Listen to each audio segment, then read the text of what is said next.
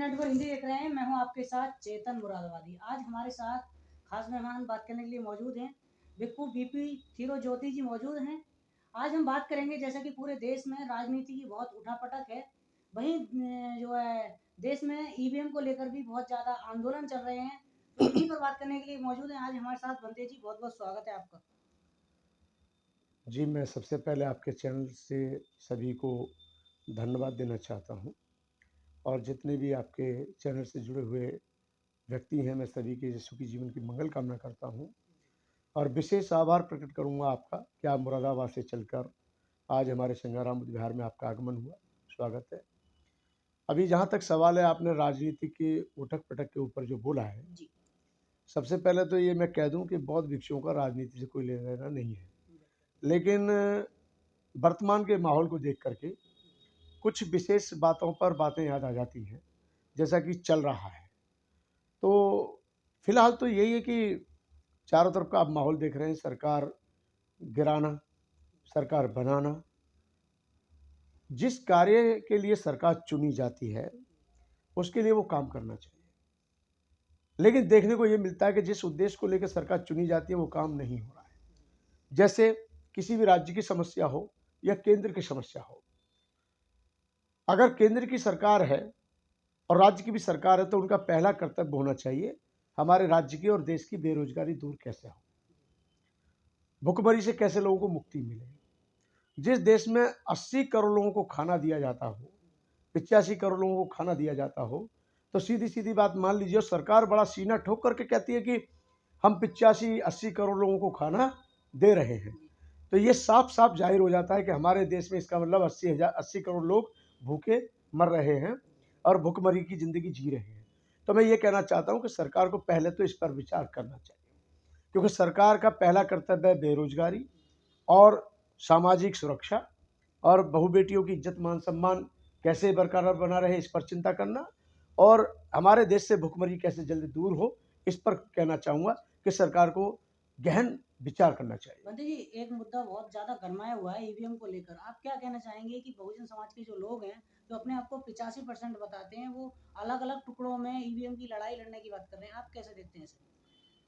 देखिए, आंदोलन कोई भी हो, जी। बाबा साहब डॉक्टर अंबेडकर ने 3 मंत्र दिए हैं। पूरा देश भली भांति जानता है, अच्छे से जानता है कि 3 मंत्र कौन से हैं। शिक्षित बनो, संगठित रहो, संघर्ष करो। शिक्षित तो बन गए हमारे समाज के लोग और बहुत उच्च पदों पर आसीन भी हुए हैं, लेकिन संगठित जिस प्रकार से होना चाहिए था, अभी तक नहीं हो पाए। अगर संगठित होते तो मैं समझता हूं आज देश में प्रधानमंत्री हमारे समाज के होते, बहुजन समाज का प्रधानमंत्री हमारे देश पर काबिज होते और वो हमारे हितों की रक्षा सुनिश्चित करते। लेकिन ऐसा नहीं हो पाया, क्योंकि 29 लाख संगठन जिस समाज में बन गए हों, तो उस समाज का उद्धार तो होने से रहा, ये आप सभी जानते हैं। क्योंकि ईवीएम मशीन की तोड़ने की जो धमकी दी जाती है, ईवीएम मशीन अलग अलग टुकड़े रह करके तोड़ना समाधान नहीं है, ईवीएम मशीन को हटाना समाधान है। क्योंकि तोड़ करके हम अपराधी नहीं बनना चाहते हैं, लेकिन हमारे भारत की जनता SC ST OBC बैकवर्ड, खास तौर पे तो SC ST आंदोलन उसमें ज़्यादा करता है। और मैं समझता हूँ ईवीएम के लिए आज मुस्लिम भाई भी जागरूक हो रहा है, ईसाई भी जागरूक हो रहा है, जैन भी जागरूक हो रहा है, बहुजन भी जागरूक हो रहा है। बहुजन तो खैर मेन लड़ाई लड़ता है। देखा जाए तो बाबा साहब डॉक्टर अम्बेडकर को विचार को जीवित रखने में, बाबा साहब डॉक्टर अम्बेडकर के विचारों को जीवित रखने में, महापुरुषों का सम्मान पाने में और दिलाने में सबसे ज़्यादा बहुजन समाज के तौर पर देखा जाए तो SCO में जाटवों का बहुत विशेष योगदान रहा है। जैसे मैं देखता हूँ, कोई भी आंदोलन सही, महाराष्ट्र में दलित पैंथर हो, रोहित वेमुला कांड हो, ऊना कांड हो, यानी कि मनीषा हाथरस कांड हो, चाहे वो लखीमपुर खीरी का कांड हो, जितने भी कांड हुए अब तक, तो मैं समझता हूं कि आज देश के उस आवाम जनता को एक साथ होना चाहिए, आवाम को इकट्ठा होना चाहिए जो इस समस्याओं से पीड़ित हो रहा है। ईवीएम का सवाल तो यह है कि जब तक ईवीएम रहेगा, तो जब तक ये लोग 400 के पार नहीं, जितनी सीटें हैं उन्हें पार करते चले जाएंगे। क्योंकि जीतने हारने से पहले कैसे पता चल जाता है कि अब की बार 300 पार, अब की बार 400 पार, और वो जितना कहते हैं वो हो जाता है, जितना कहते हैं उतना हो जाता है। तो साफ साफ जाहिर है, साफ साफ कहना है कि ईवीएम का पूरी तरह से विरोध करना चाहिए और ईवीएम को नकारना चाहिए। जब भारतीय जनता पार्टी को अपने कार्यों पर पूरी तरह से विश्वास है, जब केंद्रीय सरकार सीना ठोक करके कह सकती है कि हम ईमानदारी से काम कर रहे हैं, तो मैं ये पूछना चाहता हूं, जब ईमानदारी से काम कर रहे हो तो लाखों करोड़ रुपए प्रचार प्रसार में खर्च करने की जरूरत क्या है कि हमने ये काम किया है? क्यों, काम तो दिखाई देता है, काम तो दिखाई देता है। 2014 के बाद से लेकर के 2024 आ गया, पहले कहते हैं कि अब के हमें और मौका दो, अब के हमें और मौका दो, अब के हमें और मौका दो। देश की जनता मौका देती है, लेकिन अच्छे कार्यों के लिए, अच्छे कार्यों के लिए। और आज ईवीएम को हटाना चाहते हो तो SC ST OBC बैकवर्ड को एक साथ आना पड़ेगा। और अगर भारत में दोबारा से चुनाव कराना चाहते हो तो ईवीएम को हटाना बहुत ही जरूरी है, क्योंकि ईवीएम नहीं हटेगा तो ये लोग गलत तरीके से चुनाव जीतते चले जाएंगे। और आयोग इनके पास है, आयोग इनके पास है। हम लोगों को आयोग पे बहुत ज़्यादा फक्र होता है, तो आयोग भी रिपोर्ट इनके पक्ष में ही देता है। मैं ये और कहना चाहता हूँ यहाँ पर कि आप देख लीजिए, जो सरकार इनके साथ मिलकर के बन जाती है उस सरकार के ऊपर ये टीका टिप्पणी नहीं करते हैं और वहाँ विकास दिखाई देने लग जाता है। अभी जल्द में ही नीतीश कुमार जी की सरकार बनी दोबारा से, क्योंकि वहाँ पर एक बहुजन विचारधारा की सरकार चल रही थी और वहाँ से सरकार जैसी हटी और बीजेपी के साथ मिलकर काम करने लगे तो एक ही दिन में बिहार चमक गया। तो मैं ये कहना चाह रहा हूँ कि अब मिलकर के सरकार बन गई है, भारतीय जनता पार्टी के साथ मिलकर के सरकार बन गई है, तो पहले तो बिहार को पूर्ण राज्य का दर्जा दे दिया जाए।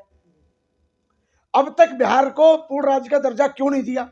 और ये काम चलो बिहारियों का हो सकता है, लेकिन बिहार हमारे देश में है और हम भी बिहार के, हम देश के हैं, और हम यूपी के हैं तो भी बिहार के हैं, क्योंकि यूपी और बिहार एक साथ है। बंदे एक मिनट रोकना चाहूंगा। जिस तरह से जो ईवीएम की लड़ाई लड़ने वाले जो नेता हैं वो मंचों से मतलब खुद तो एक होते नहीं हैं, खुद विरोधियों की गोद में जाकर बैठे पड़े हैं और जो है चंदे पे पल रहे हैं, अगर कहने की बात हकीकत में ये है, और समाज को उकसा रहे हैं कि ईवीएम तोड़ें। समाज के अगर कोई नौजवान अगर ईवीएम तोड़ देता है तो उसको कौन बचाएगा? क्या ये लोग बचा पाएंगे?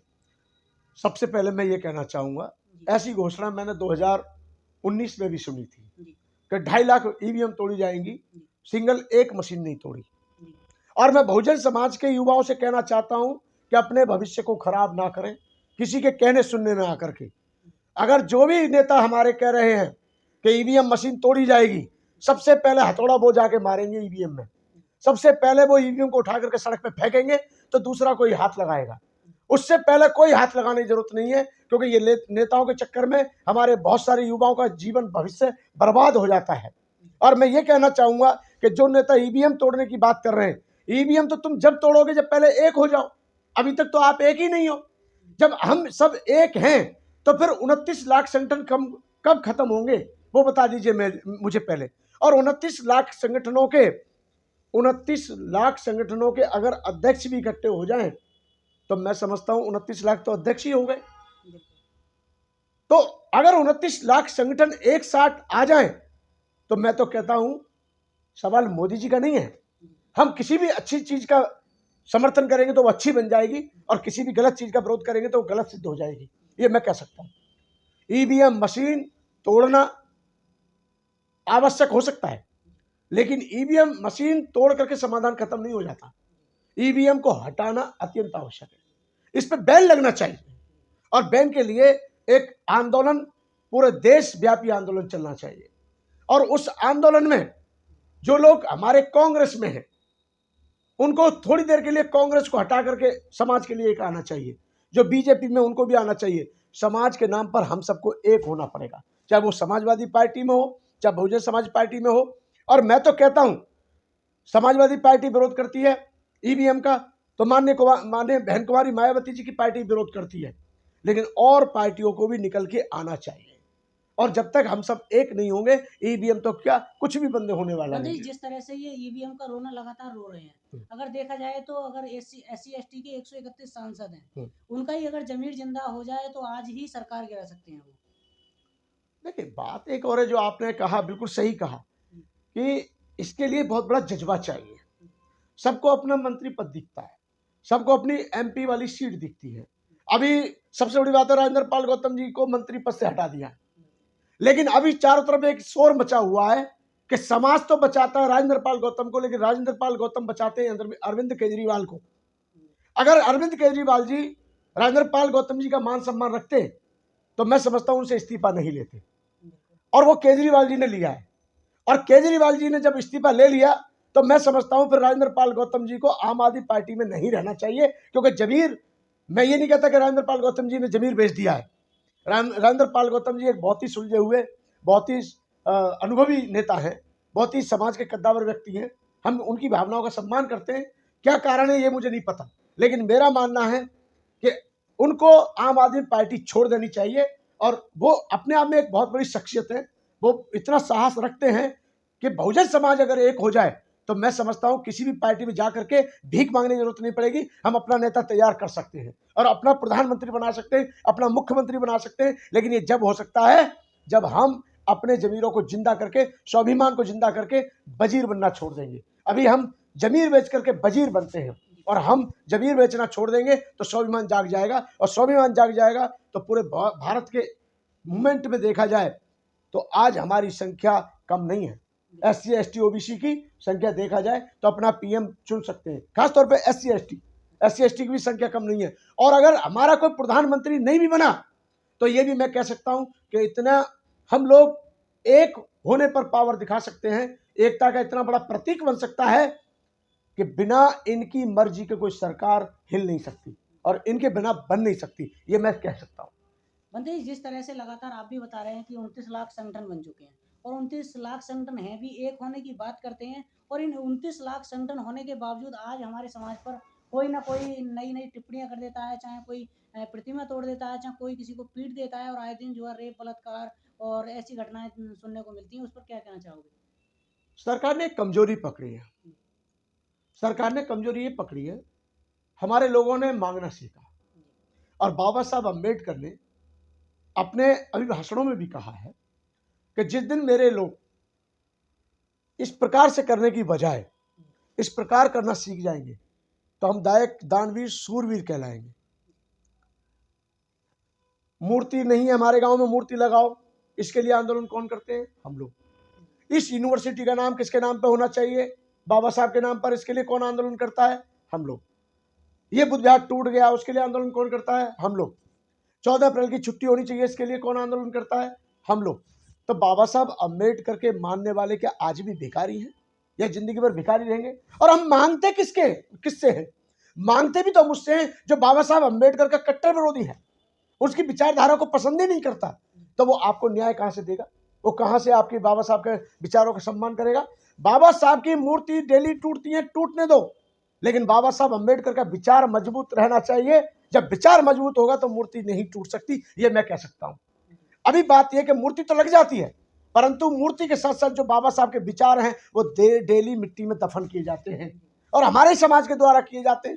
जो मूर्तियां गांव में लगती हैं उनके नीचे बैठ करके हमारे लोग ताश खेलते हैं।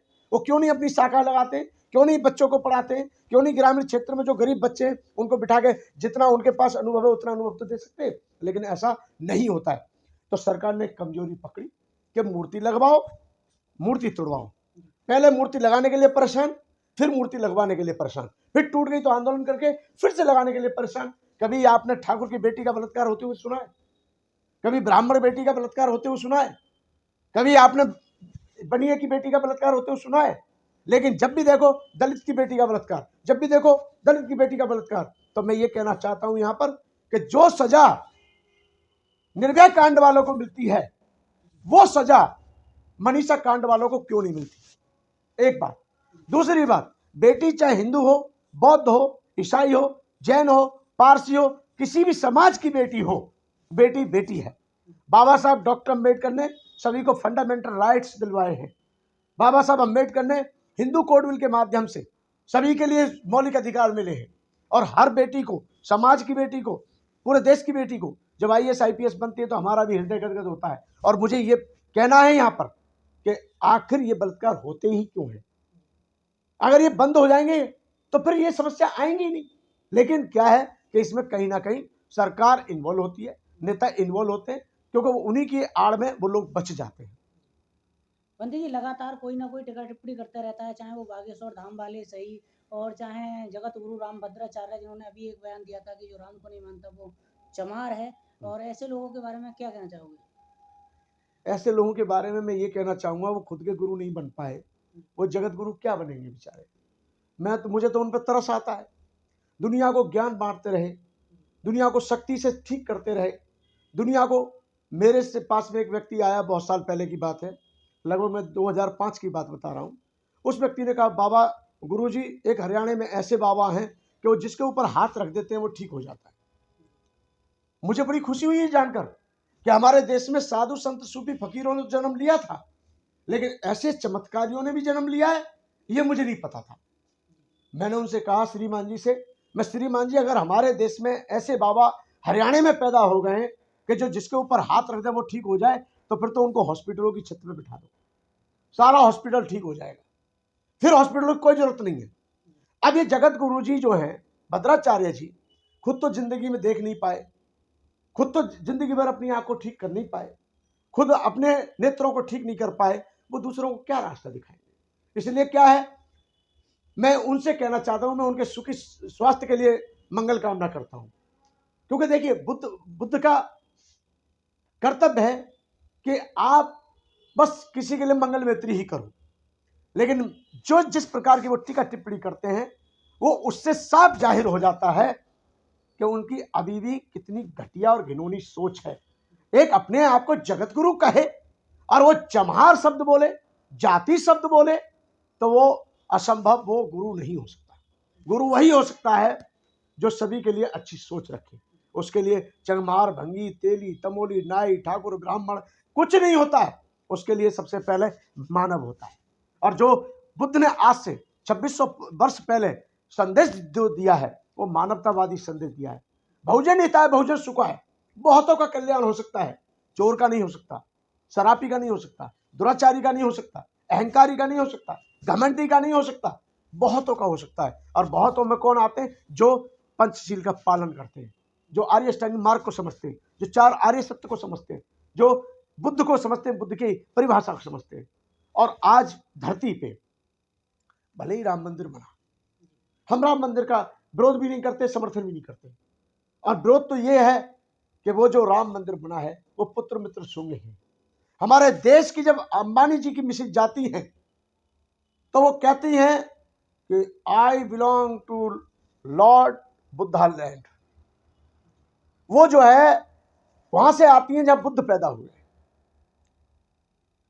और वो कहती हैं, जो हमारे प्रधानमंत्री जी हैं, वो कहते हैं कि मैं ऐसी धरती से आया हूं जहां बुद्ध पैदा हुए, जिस धरती ने बुद्ध दिए हैं। तो मैं ये पूछना चाहता हूं कि बुद्ध जिस धरती पर, तो वह बौद्धों के साथ सौतेला व्यवहार क्यों? जिस धरती पर बुद्ध पैदा हुए, जिस धरती पर बुद्ध को ज्ञान प्राप्त हुआ, तो वहां के बौद्ध जो स्थल हैं उनको जबरदस्ती तोड़ के क्यों बुद्ध विहार मंदिर बनाए जा रहे हैं? बुद्ध विहार तो हटा दिए गए। मेरा कहने का मतलब है कि अगर ये सरकार ईमानदारी से काम करती है, अगर ईमानदारी पर आधारित है, इसके विचारधारा पर आधारित है, तो मैं खुला चैलेंज करता हूं भारतीय जनता पार्टी की सरकार से कि ईमानदारी से सिर्फ और सिर्फ बौद्धों की अपील को स्वीकार करा दे, तो मथुरा का भी पता चल जाएगा और जहां राम मंदिर स्थापित हुआ है वहां का भी पता चल जाएगा। क्योंकि वो साकेत नगरी थी, वहां पर जो है वो भी जो बुद्ध विहार हुआ करता था। लेकिन ऐसा हुआ कि यहाँ की जो अदालत है, माननीय उच्च न्यायालय, उन्होंने बौद्धों की अपील को नहीं सुना। हमारा पूरा विश्वास और हमारी पूरी आस्था सुप्रीम कोर्ट में है, लेकिन काश हमारे देश में अच्छे सुप्रीम कोर्ट के न्यायाधीश बन जाएं, जिस प्रकार से हमें उम्मीद रहती है, और वो न्याय सही और गलत को रखते हुए करें, तो बौद्धों के साथ में आज भी पूरे देश में बहुत सारे टेम्पल हैं जो बौद्धों के पास होने चाहिए। पर क्या है, ये कर्म कांड को बढ़ावा देने वाली बात है। मंदिर, मेरा लास्ट सवाल ये रहेगा, जिस तरह से और एक आरोप भी है कि जैसे कि जो अपने आप को बहुजन कहते हैं, वो हिंदू रीति रिवाजों के जो त्योहार हैं और मंदिरों का तो विरोध करते हैं, लेकिन मुस्लिम धर्म के त्योहारों का और मस्जिद का विरोध क्यों नहीं करते? देखिए, लोगों को जानकारी नहीं है। हमें कभी ना हिंदुओं से नफरत थी, ना है, आज है। ना कभी हो। बाबा साहब डॉक्टर अम्बेडकर से कई बार पूछा गया कि आखिर आप बाबा साहब अम्बेडकर ये बताइए कि कांग्रेस से या ब्राह्मणों से इतनी नफरत क्यों करते हैं। तो बाबा साहब अम्बेडकर ने ये कहा कि मुझे किसी से नफरत नहीं है, उसकी कूटनीतियों से नफरत है। व्यक्ति के से कभी प्रेम नहीं होता है, व्यक्ति की अच्छाई से प्रेम होता है, और व्यक्ति के अंदर दुर्गंध भरी है तो उससे ही नफरत होती है। हमें किसी से कोई नफरत नहीं है, लेकिन उनके अंदर जो वैसी नीतियां हैं जो वातावरण दूषित करते हैं, उससे सदैव हमें नफरत है। क्योंकि बुद्ध ने शांति का मार्ग दिया, बुद्ध ने अच्छा मार्ग दिया है, महावीर स्वामी ने अच्छा मार्ग दिया है, गुरु नानक ने अच्छा मार्ग दिया है, ईसा मसीह ने अच्छा संदेश दिया है। मैं ये चाहता हूं कि इसी प्रकार से हमारे देश में कोई भी सही वो अच्छा प्रभाव छोड़ने वाली बात होनी चाहिए, ना कि आपस में भ्रांतियां फैला करके लड़ाने का काम किया जाए। बहुत बहुत धन्यवाद। मैं यही कहना चाहूँगा कि आज के जो विचार हैं बस वर्तमान में इतने हैं कि सही और गलत का फैसला आप सभी को लेना है, और सही और गलत को देखते हुए ही आप सबको एकजुट होकर के ईवीएम मशीन का विरोध करना है। ईवीएम मशीन को हटाना हम सबका कर्तव्य है। भारतवासियों से अपील है कि जो भी आंदोलन करें उन सबसे कहें कि आप सब एक हो जाएं, हम आपके साथ हैं। तो आप थे हमारे साथ भिक्खू बीपी थीरो ज्योति। तो आपकी क्या राय है बंदे जी की बातों को लेकर, कमेंट बॉक्स में जरूर बताएं, और नए हैं तो चैनल को सब्सक्राइब करें, वीडियो को लाइक करें और शेयर करना ना भूलें। मिलते हैं किसी नए अपडेट के साथ, तब तक के लिए विदा चाहते हैं। धन्यवाद।